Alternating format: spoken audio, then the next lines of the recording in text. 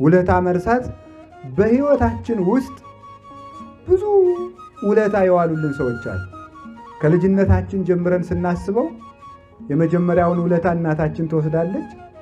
9 ወር ከ5 ቀን ተሸክማ ነፃነቷን ተነፍጋ በሰላም ሳታድር ሳትተኛ በውስጧ ሰው ስትሆን ሰው ተሸክማ እየተገላበጠ ረፍት እየነሳት ከሷ ህይወቱ ይልቅ ጽንሱ በሰላም ይወለድ ይሆን እያለች እያሰበች እየተጨነቀች አካላችን ተሰባብሮ አጥንታችን ደቆ ከምንቀበለው መከራ በሚበልጥ ምጥ ወልዳ ወተት ሲያልቅባት ደም አጥብታ የምታሳድግ እናት ናት። ይህን ሁሉ መከራ የምትከፍል አባት ወጥቶ ወርዶ ተርቦ ተጠምቶ ትከሻቸው ከሞቀ ልብሳቸው ከሞቀላቸው መብል ከጣፈጠላቸው ደርቦ ደራርቦ ለብሶ አደባባይ መዋል ሲችል ልጅ አሳድግ ብሎ ቀዩ ጠቁሮ ረጅሙ ጎብጦ ወፍራሙ ከስቶ ከሰው በታች ሆኖ ልጁን ያሳድጋል።